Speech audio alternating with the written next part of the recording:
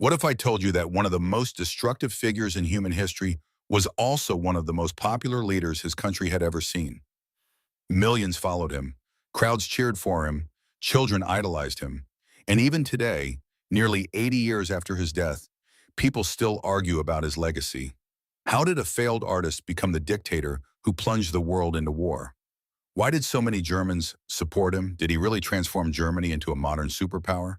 And most importantly, was Adolf Hitler simply a monster from the beginning, or was he a product of circumstances that spiraled into catastrophe? Today, we're diving into one of history's most controversial questions. How bad was Hitler actually? This is not a story of myths or internet legends. This is the story of how one man rose to power, reshaped a nation, and left behind a legacy measured in tens of millions of deaths. Let's begin. Chapter 1. The Cult of Hitler, Berlin. 1933. Imagine you're standing in a crowd of thousands. The streets are packed. Flags cover every building. Loudspeakers echo through the city. And then suddenly, a black car appears. People surge forward. Some begin crying. Others raise their hands and salute. Children climb onto their parents' shoulders just to catch a glimpse of the man inside. The crowd isn't reacting to a movie star, or a king, or a war hero. They're reacting to Adolf Hitler. Today, it's difficult to understand. How could millions of ordinary people become so devoted to someone whose name would later become synonymous with evil? The answer lies in something incredibly powerful. Hope. Because before Hitler became one of history's most feared dictators, he became something far more dangerous. He became Germany's hope. To understand why, we need to go back a few years. Germany wasn't the powerful nation we imagine today. It was broken, humiliated, desperate. Families watched their life savings become worthless overnight. Workers stood in endless unemployment lines. Veterans returned from war only to discover the country they had fought for was collapsing. Many Germans felt abandoned by politicians. They wanted answers. They wanted someone to blame. Most importantly, they wanted someone to believe in. And Hitler understood that better than anyone. He didn't simply give speeches. He performed them. Every pause, every gesture, every word was carefully calculated. He would begin calmly, quietly, then gradually build intensity, his voice rising, his movements becoming more dramatic, until entire crowds were hanging on every word. For many Germans, it felt less like attending a political rally and more like witnessing a religious event. But Hitler alone wasn't responsible for creating his image. Behind him stood one of the most sophisticated propaganda machines the world had ever seen. Posters portrayed him as Germany's savior. Radio broadcasts carried his speeches into millions of homes. Newspapers praised him relentlessly. Films glorified his leadership. Everywhere people looked, they saw the same message. Germany is suffering. Germany has enemies. And Hitler is the only man who can save it. This became known as the Hitler myth, a carefully constructed image that transformed a politician into something much larger. A symbol, a messiah, a national redeemer. And it worked. Millions believed him. Millions followed him. And soon, millions would help him reshape Germany itself. The question is, how did a failed artist from Austria become the man capable of inspiring such devotion? To answer that, we need to go back to the beginning, long before the rallies, long before the war, long before the world knew his name. We need to meet a young man named Adolf Hitler. Chapter 2. What created Hitler? Vienna, Austria, 1907. An 18-year-old young man stood outside the gates of the Academy of Fine Arts. He dreamed of becoming a famous artist. He imagined painting grand buildings, designing cities, and leaving his mark on the world. Then came the letter. Rejected. Not good enough. For most people, it would have been a disappointing setback. For Adolf Hitler, it became one of many failures that would shape his future. Over the next few years, he drifted through life, sleeping in shelters, selling paintings to survive, watching society from the sidelines, and slowly developing ideas about politics, nationalism, and identity that would later become far more dangerous. At this point, there was nothing special about him. No one looked at this struggling young man and thought, one day, he will change the course of world history. Then came 1914, and everything changed. Europe exploded into war. World War I had begun. Hitler volunteered to serve in the German army.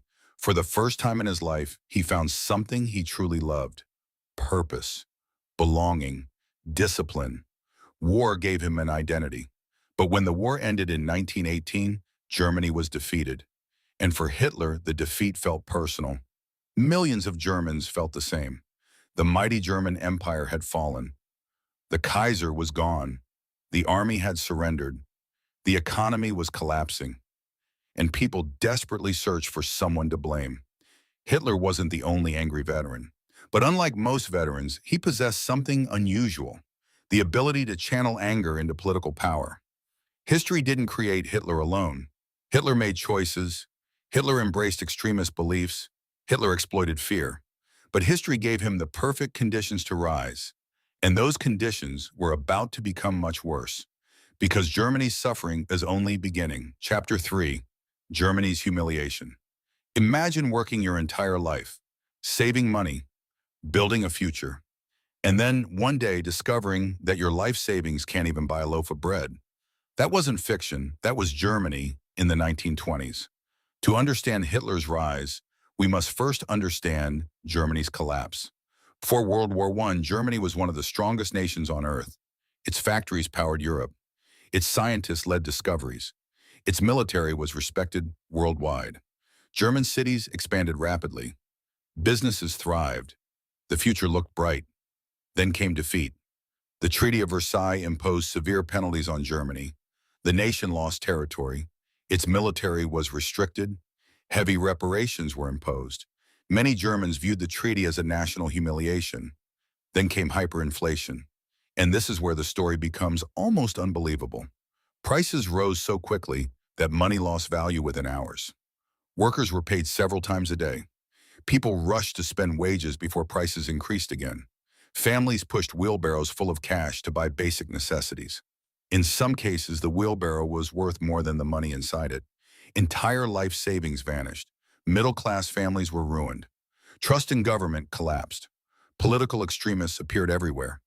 Communists promised revolution. Nationalists promised revenge. Violence became common. Democracy seemed weak. And when democracy appears weak, people often start looking for strong leaders. That's exactly what happened. Hitler entered politics during one of the most chaotic periods in German history. He offered simple explanations, simple enemies, simple solutions. Germany is suffering. Germany was betrayed. Germany can become great again. The message spread, and millions listened. But Hitler wasn't just trying to win elections. He was preparing for something much larger: the complete transformation of Germany itself. Chapter 4. How Hitler Prepared Germany for War. January 1933. Hitler became Chancellor of Germany. Many politicians believed they could control him. They thought he would be another temporary leader. They were disastrously wrong. Within months, Hitler began dismantling German democracy. Political opponents disappeared. Newspapers were censored. Opposition parties were banned. Power became concentrated in the hands of one man. Then Hitler turned his attention toward a bigger goal: rebuilding Germany's military. According to the Treaty of Versailles, Germany's army was supposed to remain small. Its military capabilities were heavily restricted. Hitler ignored those restrictions, secretly at first, then openly. Factories began producing weapons. Military recruitment expanded. Research programs accelerated. Germany started preparing for a conflict that much of the world believed could never happen again. At the same time, massive construction projects transformed the country. Highways stretched across Germany. Factories multiplied. Industrial output increased. To many Germans, it looked like a miracle. Unemployment dropped. Economic confidence returned. National pride surged. Hitler's popularity reached extraordinary levels. But beneath the surface, something far more dangerous was taking place. Germany wasn't simply rebuilding. Germany was rearming. Every factory, every weapons program, every military expansion pointed toward a single objective: war. Foreign leaders noticed the warning signs. Yet many hoped Hitler could be negotiated with. Others believed Germany simply wanted fair treatment. Some thought another world war was impossible. History would prove all of them wrong. By the late 1930s, Hitler had transformed a defeated and restricted nation into one of the most powerful military states in Europe. And soon he would put that military power to the test. The result would become the deadliest conflict humanity had ever witnessed. World War II was coming, and the world wasn't ready. Chapter 5. Mein Kampf, the book that warned the world. November 1923. Munich. Hitler's first attempt to seize power had failed. His supporters scattered. The police arrested him. The newspapers mocked him. For most politicians, this would have been the end. Instead, it became the beginning. Inside a prison cell, Hitler began writing what would become one of the most infamous books in history. Mein Kampf, My Struggle. At first glance, it seemed like the autobiography of a failed revolutionary. But hidden inside its pages was something much more dangerous. A roadmap, a warning, a glimpse into the future. Page after page, Hitler described his worldview. He talked about race, nationalism, political enemies, territorial expansion, and a vision for Germany that would eventually cost millions of lives. The frightening part wasn't that Hitler hid his intentions. The frightening part was that many people ignored them. The warnings were there. The world simply didn't believe he could ever carry them out. History would prove otherwise. Because once Hitler gained power, ideas written in a book would become laws, and laws would become persecution. Chapter 6. Why did Hitler target the Jews? This is one of the most important questions in the entire story. Why the Jews? Why did Hitler make them the central target of Nazi hatred? The answer is complicated. Long before Hitler came to power, anti-Semitism already existed in parts of Europe. False stereotypes and conspiracy theories had circulated for centuries. Hitler didn't invent these prejudices. He weaponized them. Germany was struggling. People were angry. People wanted answers. And history shows that during difficult times, some leaders search for scapegoats. Hitler offered a simple explanation for complex problems. Germany wasn't weak because of war.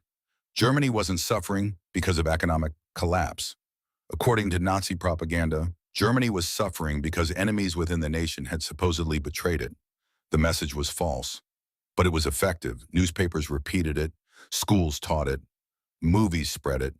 Eventually, millions accepted it as truth. The result was one of the largest propaganda campaigns ever created. What began with hateful words eventually became hateful actions, then hateful laws, then organized persecution, and finally, mass murder. The lesson is terrifyingly simple. Hatred rarely begins with violence. It begins with stories people choose to believe. Chapter 7, The Holocaust. Humanity's darkest chapter. Imagine being told to leave your home. Imagine being forced onto a train. Imagine not knowing where you're going or whether you'll ever see your family again. For millions of people living under Nazi rule, this wasn't imagination. It was reality. As Germany expanded across Europe, more and more Jewish communities fell under Nazi control. At first, they were isolated, forced into ghettos, confined behind walls. Food became scarce. Disease spread rapidly. Children starved. Families suffered. Then came a far more horrifying phase. Mass deportations, mass shootings, forced labor camps, extermination camps. The Holocaust was not one single event. It was a vast system of persecution and murder, an industrial-scale killing operation. Among the methods used were gas chambers, which allowed Nazis to murder large numbers of victims in a short period of time. Today, the existence of gas chambers is supported by overwhelming evidence. Documents, architectural blueprints, photographs, witness testimony, survivor accounts, and even confessions from perpetrators themselves. By the end of the war, approximately 6 million Jews had been murdered.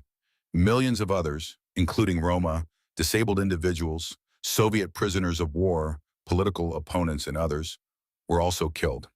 The Holocaust remains one of the most extensively documented crimes in human history, and it remains one of the strongest reasons why Hitler's legacy continues to be viewed with such horror. Chapter 8. Did Hitler make Germany stronger? Now we arrive at one of the most controversial parts of the story. Many people point to Germany's economic recovery during the 1930s. And they're not entirely wrong. When Hitler came to power, unemployment was extremely high. Economic confidence was low. Political instability was everywhere. Within a few years, things appeared different. Factories reopened, roads were built, infrastructure expanded, unemployment dropped significantly. Many Germans genuinely felt their lives improving. And this explains part of Hitler's popularity. For ordinary citizens, daily life often seemed better than it had been during the chaos of the 1920s. But there was a hidden reality. Much of this recovery depended on military spending, weapons production, army expansion, war preparation. Germany wasn't simply rebuilding its economy, it was building a war machine. The prosperity many Germans experienced was closely connected to future conflict. Political freedom also disappeared. Independent newspapers vanished. Opposition parties were banned. Critics were imprisoned. Economic gains existed alongside dictatorship. And that distinction is crucial, because a country can become stronger economically while becoming weaker politically. Chapter 9. Hitler's Scientific and Military Revolution. If someone traveled from 1930 to 1945, they might think they had entered the future. Germany was developing technologies that seemed decades ahead of their time. Jet aircraft, advanced submarines, guided weapons, ballistic missiles. Military innovation accelerated at extraordinary speed. One weapon especially shocked the world: the V-2 rocket, the first long-range guided ballistic missile. It traveled faster than sound. Nothing like it had existed before. After the war, both the United States and Soviet Union raced to recruit German scientists. Many technologies developed during this era would later influence the space race. But there was a darker side. Many military projects relied on forced labor. Prisoners worked under brutal conditions. Thousands died producing these weapons. Scientific achievement cannot be separated from human suffering. Innovation alone does not make a regime successful. The question isn't what technology was built. The question is what it was built for. And Hitler's answer was simple. War. Chapter 10. The man who thought he could conquer the world. By 1940, Hitler looked unstoppable. Poland had fallen. France had fallen. Much of Europe was under Nazi control. Germany seemed invincible. Many believed Hitler had achieved what previous German leaders could only dream of. Then came the decision that changed everything. June 1941. Operation Barbarossa. The invasion of the Soviet Union. The largest military operation in history. Millions of soldiers crossed the border. Thousands of tanks advanced eastward. Initially, the invasion appeared successful. Entire Soviet armies collapsed. German forces pushed deeper into enemy territory. Then winter arrived. The war dragged on. Resistance hardened. Supply lines stretched. The quick victory Hitler expected never came. Meanwhile, another powerful enemy entered the conflict: the United States. Germany now faced industrial giants on multiple fronts. A war designed to make Germany dominant was slowly destroying Germany itself. The empire expanded too far. The resources ran out, and the tide began turning. Chapter 11. The Fall of Hitler. April 1945. Berlin.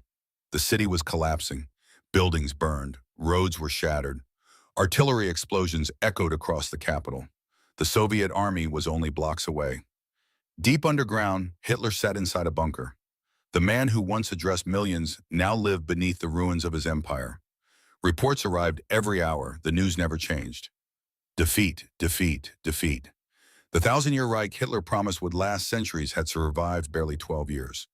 On April 30th, 1945, Hitler committed suicide inside the bunker. Days later, Germany surrendered. The war in Europe was over.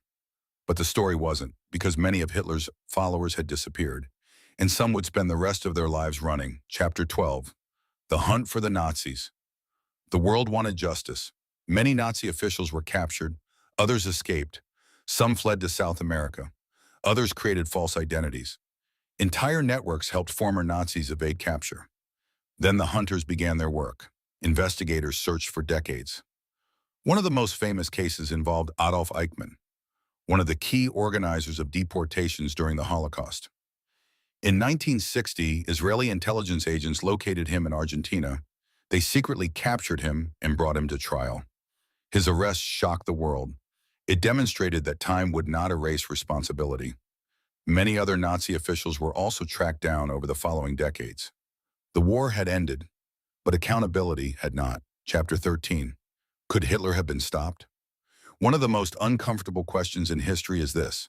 Could Adolf Hitler have been stopped before the world descended into catastrophe? The answer is not simple, because Hitler did not seize power overnight. He rose step by step, election by election, speech by speech, crisis by crisis. At several moments, history could have taken a different path. When Hitler attempted his failed beer hall putsch in 1923, many believed his political career was finished. It wasn't. When he wrote Mein Kampf in prison, his ideas were already visible for anyone willing to read them. Many dismissed him. When the Nazi Party began gaining support, political opponents often underestimated him. Many believed they could control him once he entered government. They were wrong. Even after becoming chancellor in 1933, Hitler's dictatorship was not inevitable. The destruction of German democracy happened gradually. Emergency powers became permanent powers.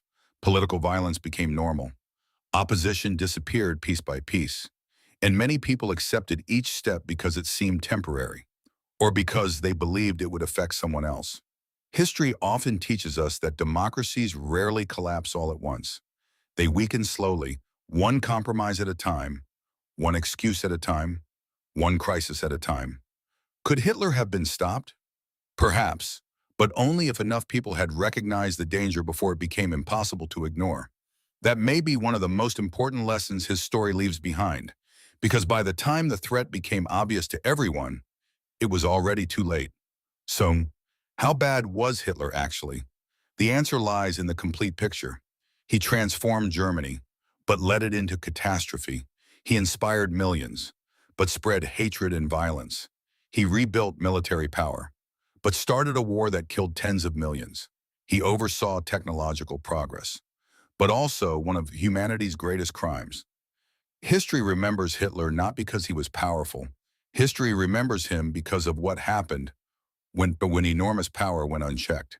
His story is a warning about propaganda, a warning about extremism, a warning about the dangers of blind loyalty.